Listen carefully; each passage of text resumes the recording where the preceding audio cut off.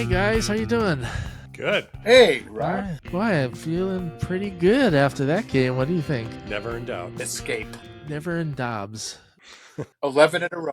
Lucky 11. Do you remember going back to the 80s, how incredibly terrible it felt to always watch a Bear game and then lose? It just reminded over and over again about how much better the Bears were than the Packers were. It was almost like I'd like to see Charles Martin drop Jim McMahon on the shoulder, even though it's not something that you want to see as a regular play, but it kind of echoed the frustration I had. It did show the frustration of a legion of fans. Yeah. Ditka dominance.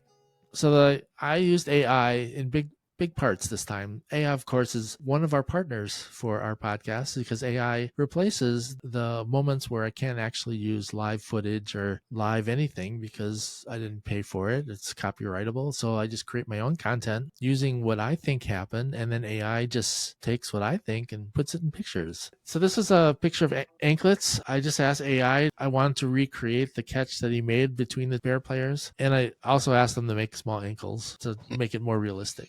Did a pretty good job, I'd say, is the ankles part. The other thing that was kind of funny about this is these little odd things. I don't know, I have a little arrow on the bottom there. I don't know what this is. It looks like an alien. His play against the Bears was out of this world. True enough. I think it might be getting at that. I mean, obviously, I could talk about the fact that there's a couple of Bear players actually flying in the air, but Exactly. I don't know if that was AI. I mean, that the play as depicted here is exactly how I remembered it.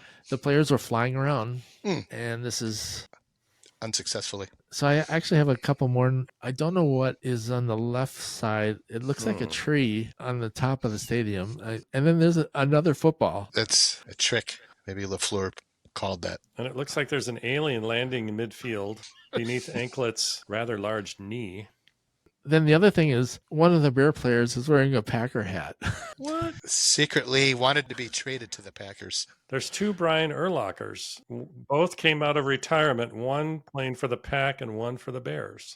The guy in the upper left who's like 30 feet off the ground is definitely experiencing some kind of injury. Yeah, I mean, those airborne injuries are really tough to recover from. IR. And of course, I had to cover the blocked field goal. This is AI interpreting what actually happened. So why is John Kuhn, retired Packer, coming from behind? Wow. And why is Malik holding the snap? He's the backup holder, I believe. Malik Willis, right? Really snuck through the line to get to the ball.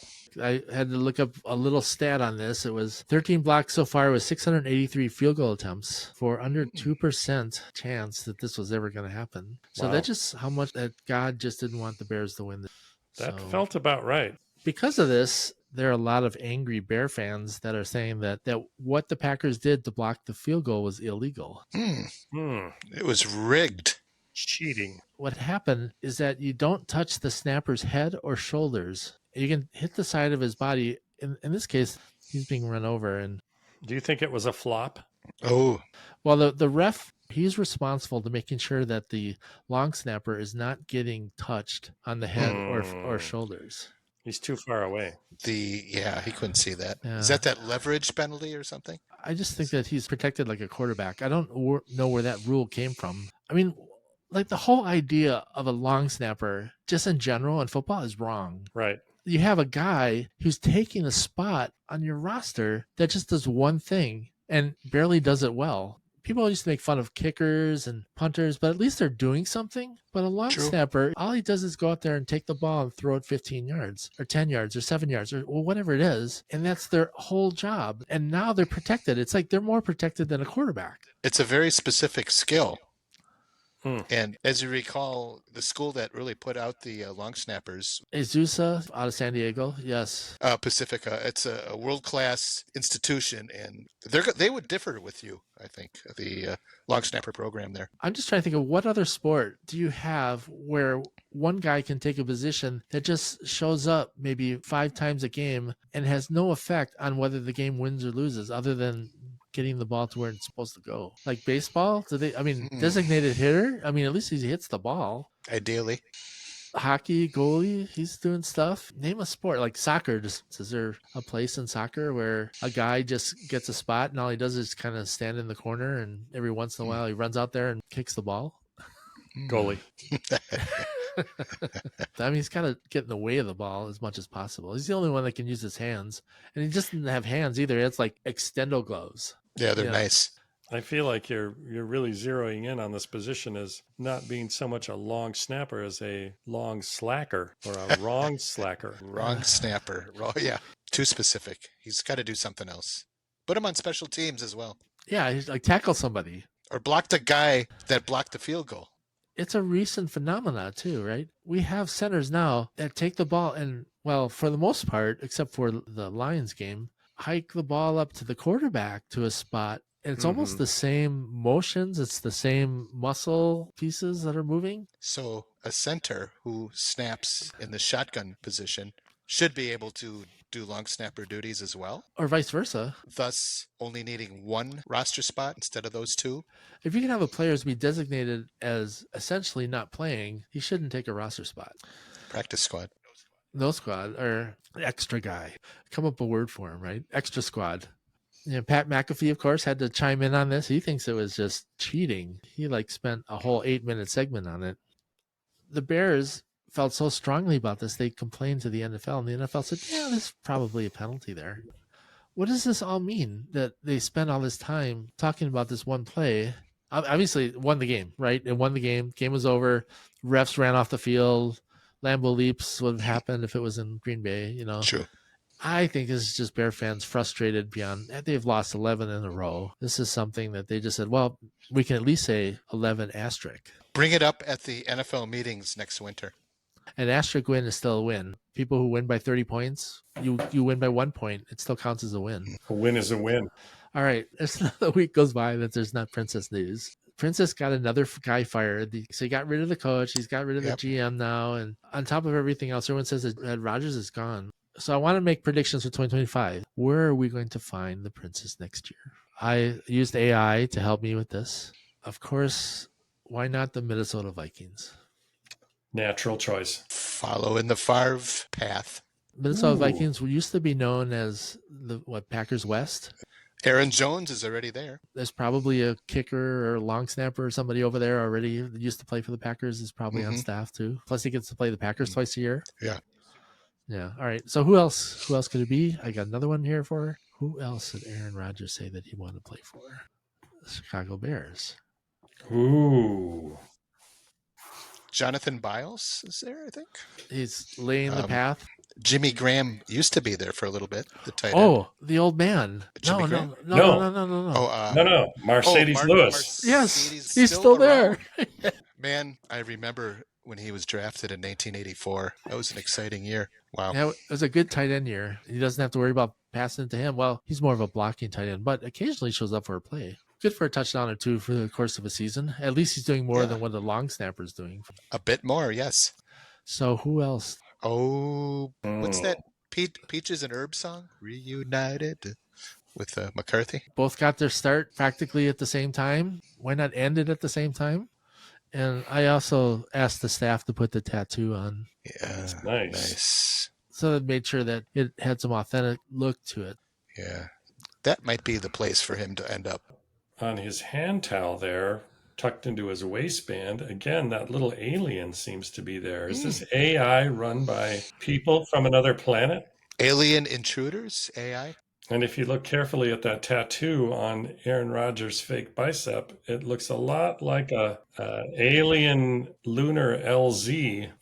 I'm just saying, I'm not an expert at these kinds of things, But Aaron Rodgers is an expert in otherworldliness, in the gemstone, stars. stones, man cave, introspection, darkness sessions, Egypt. Didn't you go to Egypt?